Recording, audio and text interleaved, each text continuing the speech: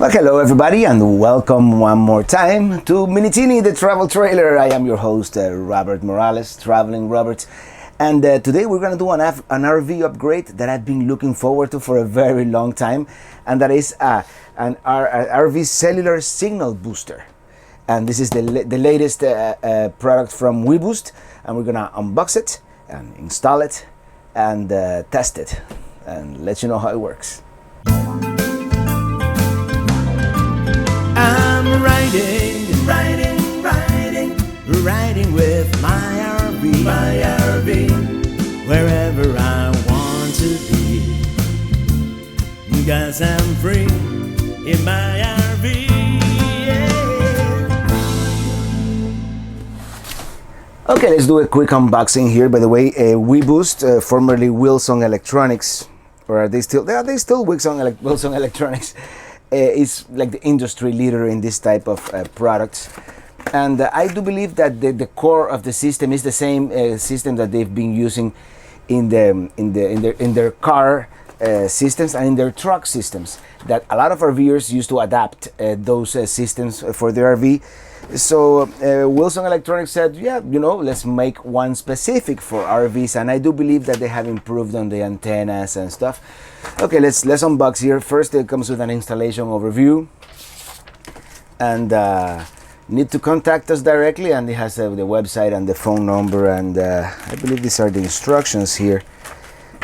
Yeah, the user manual. We'll go through these step by step and see what we need to do. And this is to register your signal booster, and I think you can do it just by taking a picture with your phone. So that's very easy, a very forward-looking company. And I already took a peek in here, and as you can see, it is very easy to install. It comes very well explained. You have A, B. So this box goes first, and then this box, and then it tells you steps 1, 2, 3, 6, and 8, and this one is steps 4, 5, and 7. And let's begin with box A.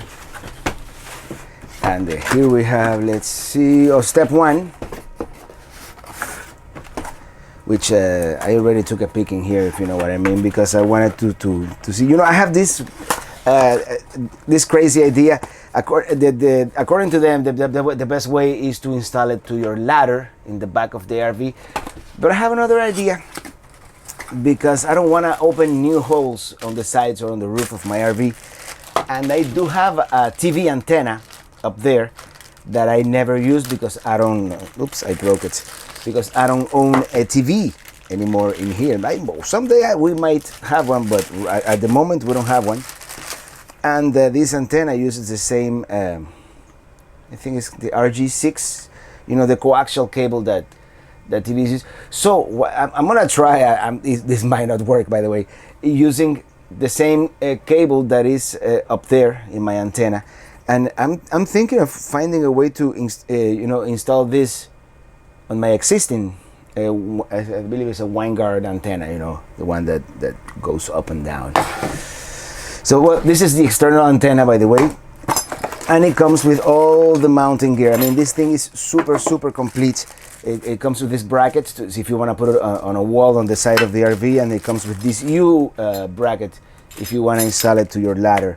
So, and then here are the installation instructions for the antenna, which I'm going to read thoroughly at some point. Let's see what else is here. Steps 2, 3, 6, and 8, and this one I haven't opened, so this will be a surprise for both you and me. And it's starting to get hot in here. If it gets too hot, I'm starting to sweat. If it gets too hot, I'm gonna have to turn on the AC and do another take. This is step 2, and step 2 is determine where you want the cable to enter the RV. And this is, it comes already with the drill bit, so you can open I believe it is a 1-inch diameter hole on the side of your RV. I'm gonna avoid doing that, but if I have to, I will, of course. Step 3. Connect the RG6 cable to the outside antenna and route it as selected in step 2 inside the RV. And this is what? This is step 6. No, we're getting ahead of ourselves. Step 4, I believe, is in the other box, right? This is an optional. Okay. It comes with. This is a 12-volt hardwire power supply. It comes with 2 power supplies, by the way. and you can connect it permanently to the 12-volt system of your RV, which is what I might do. Although I don't want to do it permanently, I might connect a cigarette lighter adapter here and then be able to plug it and unplug it as I wish. Or maybe I'll hardwire it. I don't know yet. I haven't figured that out yet. And this is, these are like zip ties and stuff to connect it to the wall outside. Okay, this is box number A, and let's put it this way. Maybe I should have put it the other way so you can see. But anyway. Okay, let's cut. Okay, box B, and these are steps 4, 5, and 7. And let's see what's in here. Although I've seen a couple of videos from different RVers, other RVers, and none of them have come up with a solution to put it on the rooftop antenna. And I don't know if there might be some technical issue with that. I mean, that's not my electromagnetic engineering is not my area of expertise. So okay. And I mean, I imagine if I just put it, I know that if I put two different radio signals to the same coaxial cable, they might interfere. So I'm not gonna do like a Y connector up there, because I don't really need the roof antenna anymore. So I'm just gonna connect this antenna coming down the same RG6 cable that is coming already down to my RV. So it shouldn't be a problem. Okay, this is the main unit. This is the unit that actually amplifies, and it comes with the two connectors, and inside antenna and outside antenna and power.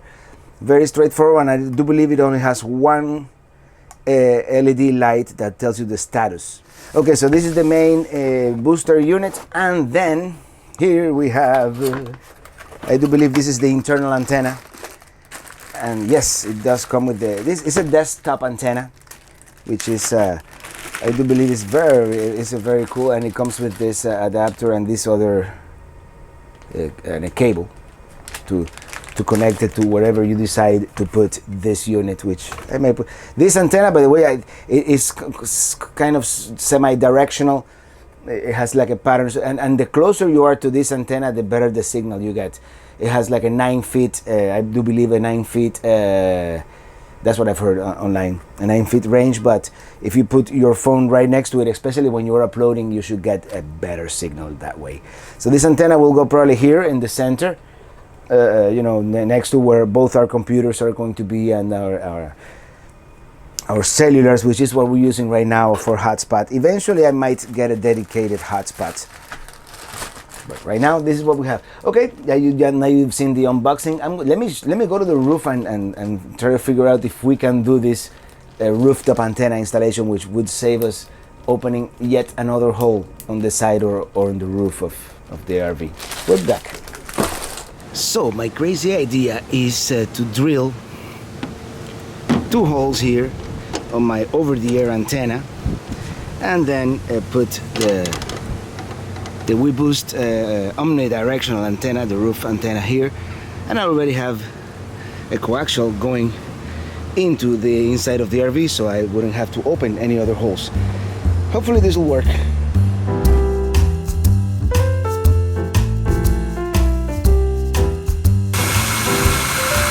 Okay, besides the fact that I don't think I'm using the correct drill bit, my drill ran out of battery, so I have to recharge it. Meanwhile, I think I'm going to put the WeBoost up here, because right here is my coaxial outlet.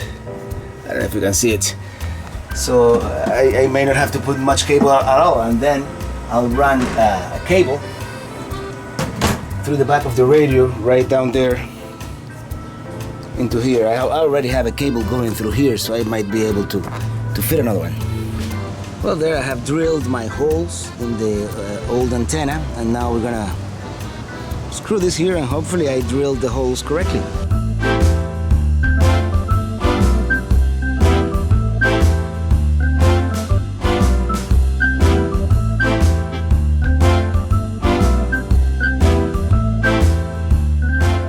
Well, the one thing now, in the lower position, the antenna is kind of resting on this cable here. Hopefully nothing bad will happen. Yeah, I think it looks pretty good. This is what I'm gonna do. I'm gonna do like a soft install, see if it works. Outside antenna. It's so freaking hot in here. I'm sorry.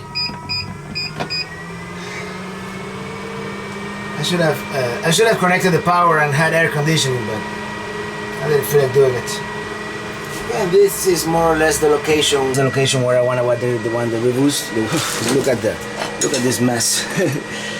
And this is already connected to the outdoor antenna, and now I'm gonna connect this to the internal antenna and power it up. See what happens.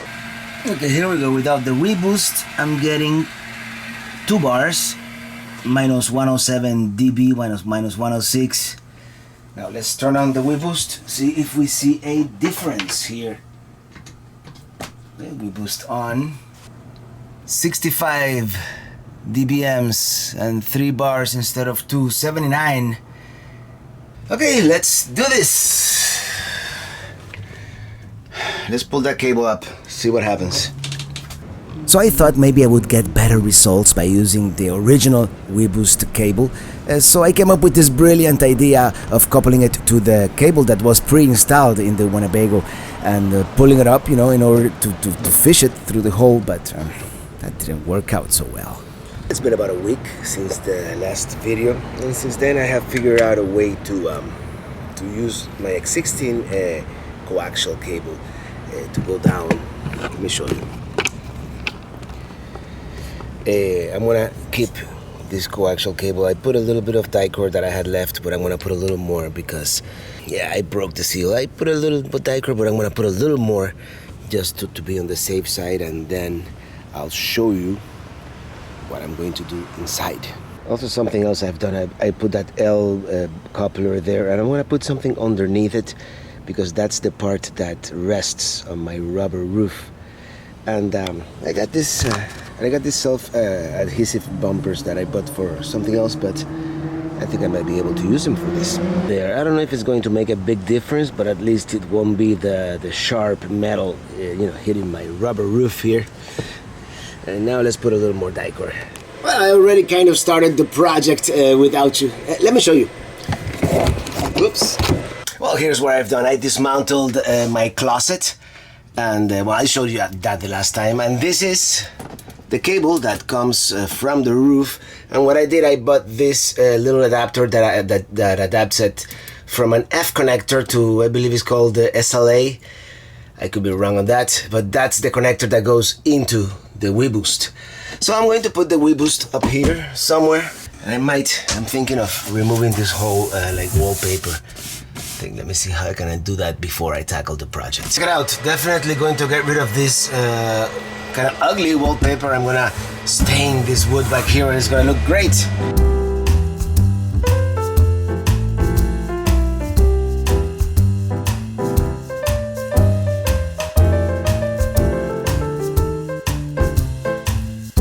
It was quite a mission, but I was able to run the internal antenna cable behind the stereo and behind the closets under the threshold, and the cable was too short. Well, here we go. This is more or less the final product here. Of course, I damaged my cabinetry and cut my finger in the process, but here it is.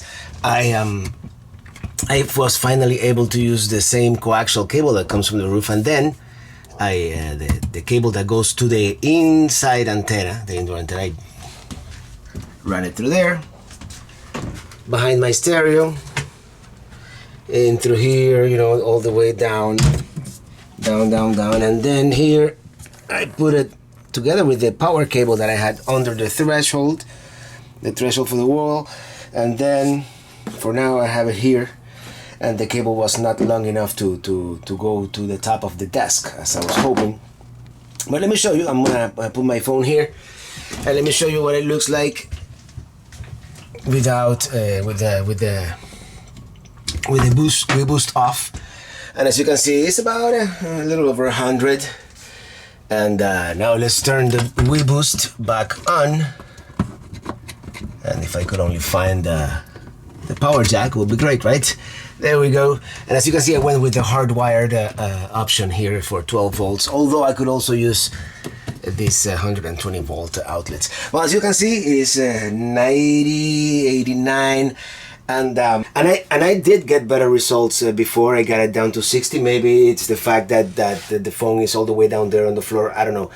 But it's still an improvement. I'm gonna try to go to the Everglades this weekend and test it in a fringe area where you get one bar on the roof of the trailer, and we'll take it from there. But so far it looks okay. Eventually I'm gonna remove all this back here and stain the back of the closet. And now I of course, that charging station I had up here, that's history now.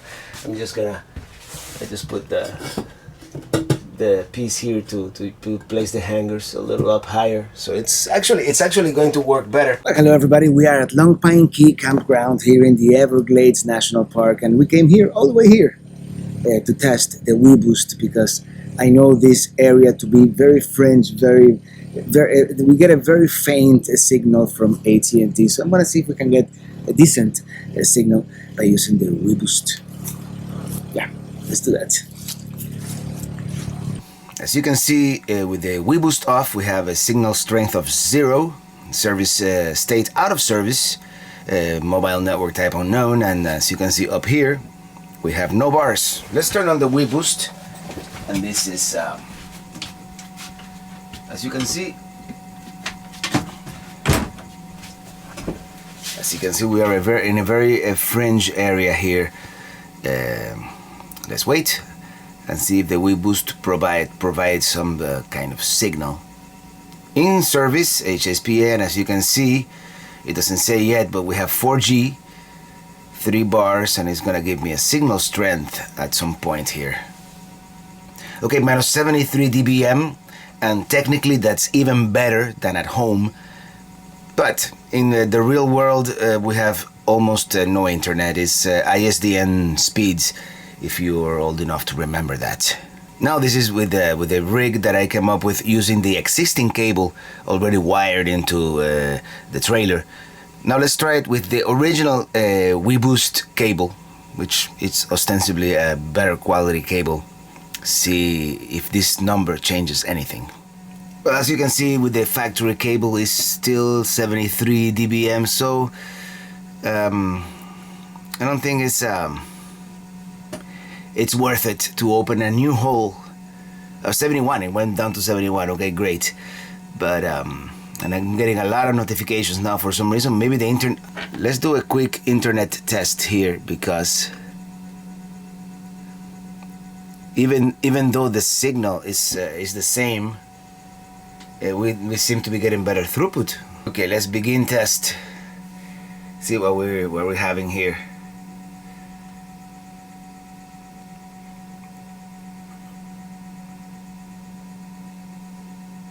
It's still taking a long time, so I'm assuming the speed is not gonna be any better.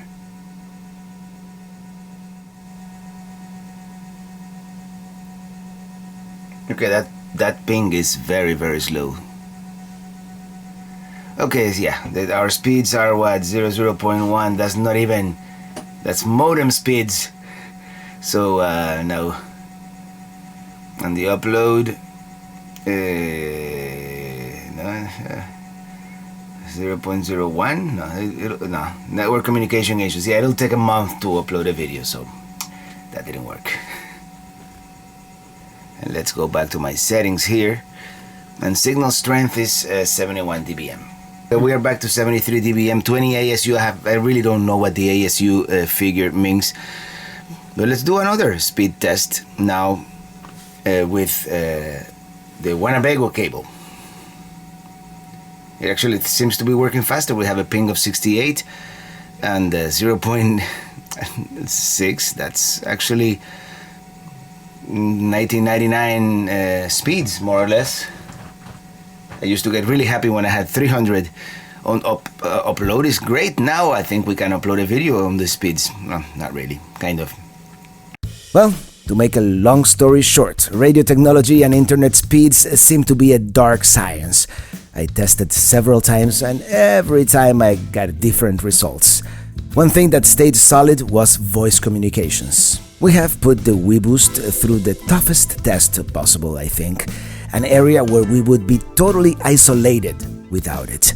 And with the WeBoost, we were able to communicate, to stay connected with the outside world. We were even able to stream some YouTube videos, although our experience was hit or miss with that. So if having internet communications on the road is essential to you, I believe the WeBoost is a must-have. As you well know, all these national parks and state parks, all these places where you are to commune with nature, are notorious for the lack of cell coverage.